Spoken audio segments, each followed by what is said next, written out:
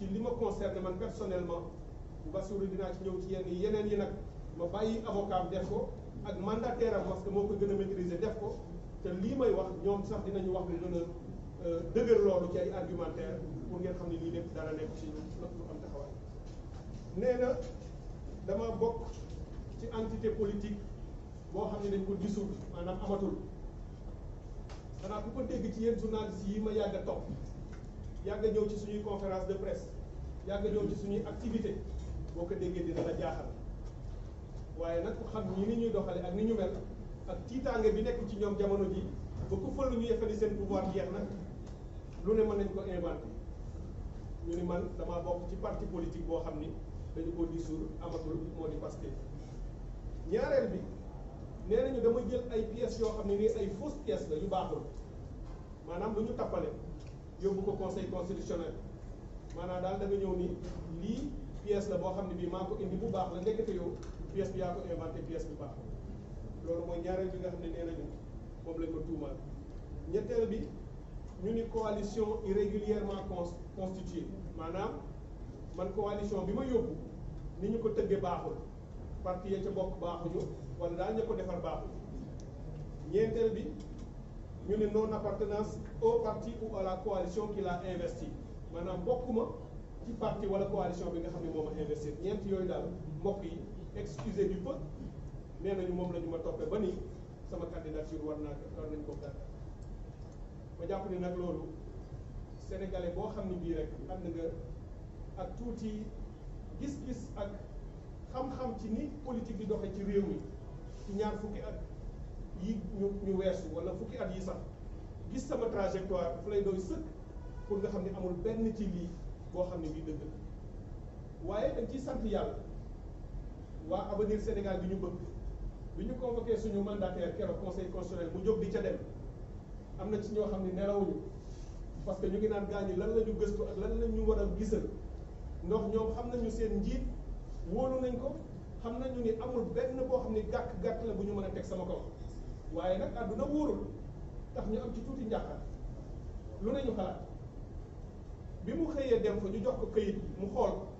gis ci yii moom ci boppam dafa doon ree mu ne ñii de lii lañ ñu tuuma waaye man bettuma parce que yëg naa ni ci ay fan ci ginnaaw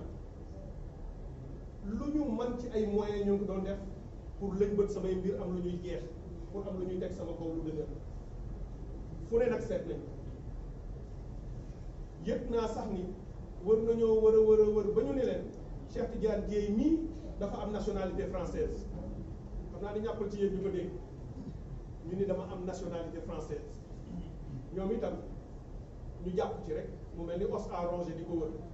kon xëy na fu ñu ma génneele sama carte d'identité wala passeport bu France wala leneen waaw koo xam ni alwaar gii la juddoo ca Ziguinchor day Fatou Diop Blondin mi wax màgge Ziguinchor ba soo faa jógee ba ngay am 19 ou 20 ans bi ma amee baccalauréat dem université Saint-Louis ba am fa maîtrise jóge université de Saint-Louis dem jàngi non pas en France mais en Suisse France mosuma faa jàng ba ci sama liggéey sax bu ma fa dee dem tout passe daanaka semaine def la may def ñibbisi waat bu ñu ne woon sax xanaa am naa nationalité suisse mu yenu maana mu raisonnable mais ñu ne nationalité française la wër a wër évidemment duñu ko gis parce que du lu mën a am ñu dellu si dem dugg ci ay fiscalité fu ne ñu wër fa ñu xam ne mënuñu maa gàntal ci loolu ñu dem lañ bët sama démb ak sama barki démb ma leen da ngeen di sonal seen bopp yàlla day mooy bind doomu aadama maa ngi koy sant yàlla ci loolu maa ngi sant sama ñaari waajur ci bi ñu ma yaree ci njub ak ngor ak jom ba ma jombal sama bopp lenn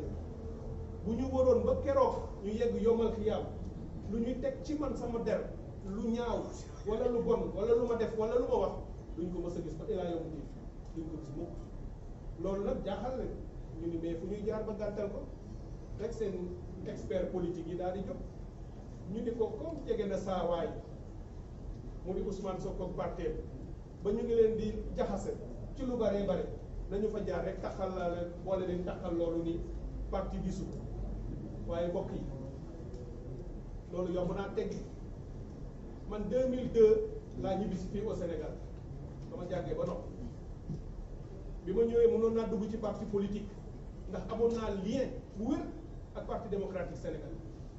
président Abdoulaye Wade bi muy ñëw Genève en 2001 en tant que président nouvellement élu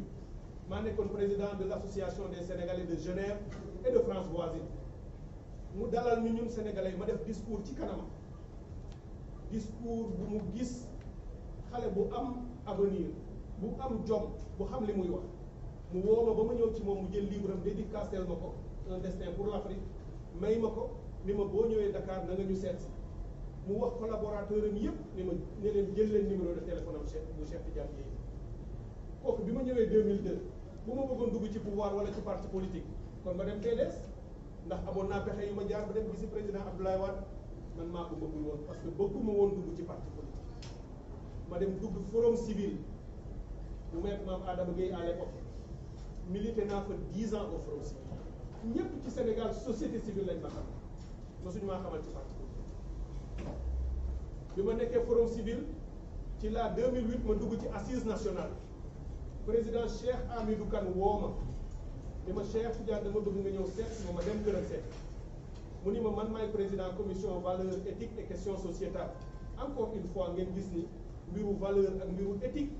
ak mbiru mbaax ak yooyu dama ko yàgg bëgg di ko yàgg a topp mu ni ma li ngay nekk ndaw dama bëgg nga nekk sama vice président wu commission ma ne ko doyen loolu ëpp na ci man ma nekk ak yéen rek di leen liggéeyal doy na ma mu ne ma mukk dama bëgg nga nekk parce que ñun suñu wàllu wéy na li ñu waroon def yëpp def nañu bu ñu leen indee ànd ak yéen lii ngeen def lañu bëgg jox leen le témoin ngeen continuer ko ma comprendre fi mu waxee ma nekk vice président ñu def charte de gouvernance démocratique ak parti politique yi fi nekkoon yëpp ñu dem 2011 2012 M23 ak 23 juin ma bokk ci ñi ko concevoir liggéey ko dem fii buntu assemblée nationale xeex ñoom ñii toog tey au pouvoir ñoo fa doon nekk ànd ak ñoom am nañu rôle bi ma ci joué ñu def M23 muy kuréel ma nekk coordonnateur du secrétariat du M23 kii di Alioune Tine mën na ko confirmer ca bureau la ñu ko defal ba jamono jooju kenn musuma gis ci politique ñoom ñii nekk au pouvoir ñoo doon ànd ak ñun ñuy lijjanti nu ñuy fexee ba pouvoir bi changé en 2012 bi pouvoir bi changé ñoom ci seen biir même bi ñu nekkee M23 ñu ngi ma doon wax est-ce que doo ñëw dugg APR ndax waa M23 ñu ci bari ñu ngi woon ci kuréel bi waaye ñu ngi woon ci parti politique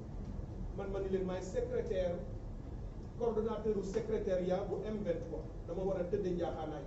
su ma bokkee ci APR réunion bu ma ñëw bu ma joxee membre APR plus de temps de parole ñu ne ma fa nga bokk moo tax te dama war a neutre et indépendant manifestation bu fi mas a am place de l'Obélisque maa koy organiser ak ñi ma àndal avec des preuves à l'appui ñi ko fekkee yëpp mënoon nañ ko témoigner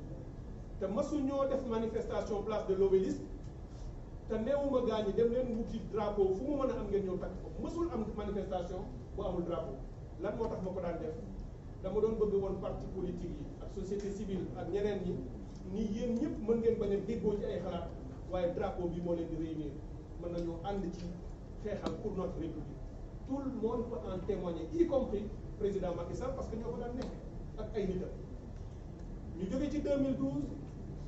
ma ànd ak ñi ma war a àndal société civile ñu créé kuréel boo xam ne sax bu informel la bu tuddoon ci laa bokk ñu bari xamuñu liggéey boobu ñu def ba 2014 les candidats indépendants mënuñu woon dem élection locale te bokkuñu ci parti politique bu ñu amul récépissé amuñu woon droit dem ñun ñu ne loolu c'est une rupture d'égalité des citoyens devant la loi ñu créé kuréel bu tudd ci laa bokk def plaidoyer bind président Macky Sall ni ko indépendant yi ay sénégalais lañu comme ñu bokk ci parti yi am nañu droit nekk ay maire ak ay lu leen neex te duñu dugg ci parti politique président Macky Sall tontu ñu lettre bu ba tey mën nañ koo génne nit ñu bu ñuy def réforme constitutionnelle bi war a ñëw mooy bi ñëw 2016 mu ni ñu danañ ko ci dugal donc loolu itam suñu liggéey la suñu victoire la en tant que société civile et indépendante et ce n'est qu'en 2015 que man ak ñi mel ni man bokk lu ñu gëm bokk fu ñu jëm ak bokk lu ñu mel ñu jàpp ni am nañu taxawaay ci réew mi am nañu droit laaj baatu réew mi am nañu droit nekk ay maire ay député ak président de la république te soxla wu ñu dugg ci parti politique nañu def kuréel boo xam ne du doon parti waaye daf ñuy permettre ñu def politique d'autant que constitution Sénégal nangu na nga nekk maire te doo am parti nga nekk député te doo am parti ak nga nekk président en étant un indépendant comme constitution nangu na ko dañu defar suñu kuréel ci la ñu ànd ñun ñi ñu defar avenir Sénégal bi ñu bëgg muy plateforme politique indépendante bu musul bokk ci parti politique ay membre am musuñu bokk ci parti politique amuñu benn carte parti politique 2015 ba tey jii ñuy wax moom Amadou Ba mi ma ni dama bokk ci Pastef conseil constitutionnel dañu ko naan rek indil ñu carte Pastef am indil ñu carte de membre bu wane ni Cheikh Tidiane Dièye mii Pastef la bokk du ko mës a indi dinañ ko ne tiré ñu organigramme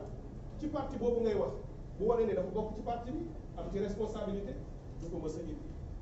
dinañ ko ne jox ñu ban preuve mooy wane ni Cheikh Tidiane Dièye bokk na ci parti bi di Pastef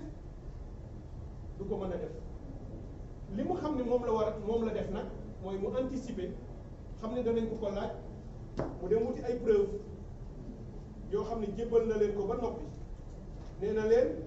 nañu sukkandiku ci preuve yooyu le pour gàttal ma preuve baa ngi nii mbokk yi Amadou Ba candidat de Benno Bokk Yaakaar candidat premier ministre en campagne déguisé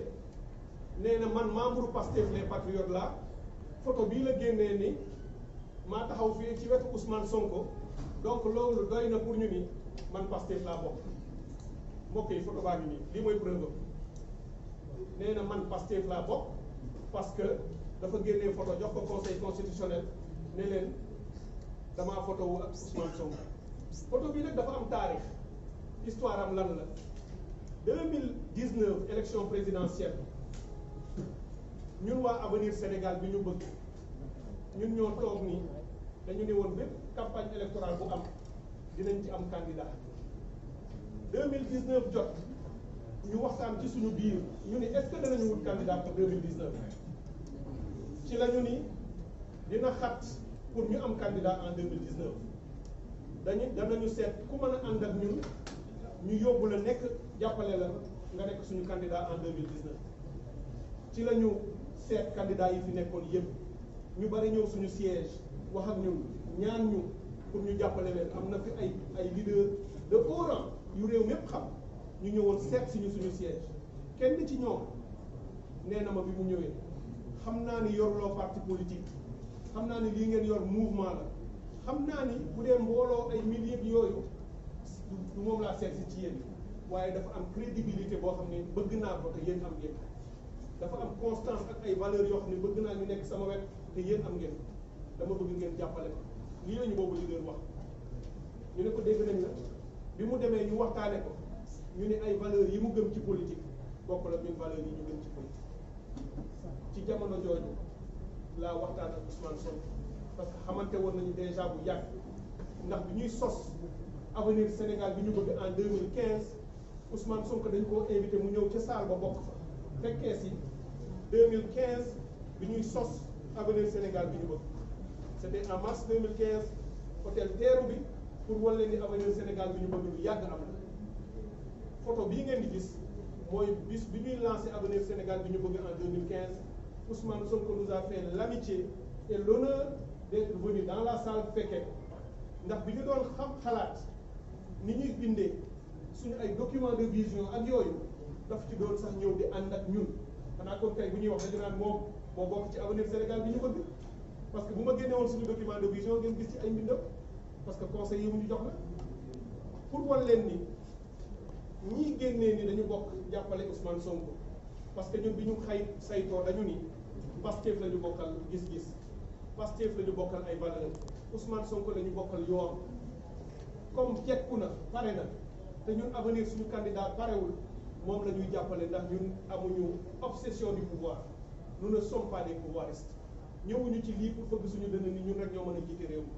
ku ñu gis nga mën koo jiite ñu xam ne jekku nga ci avancé lépp lu ñu mën a ko ñu xam danañ la ko jox nga avancé pour l'intérêt du Sénégal ñu jàppale Ousmane Sonko en 2019 moo indi photo bii ma leen woon mu ni ma da ngay nekk sama porte-parole campagne da nga may jàppale ci bind samay discours ñoom day Fatou Diop Blondin ak lépp lu ñu amoon ci expert ñoom Julien ngi nii ñoom Maron ñu boole leen ci kuréelu Pastef yi ñu ànd en tant que allié ni ma nekkee woon allié en 2019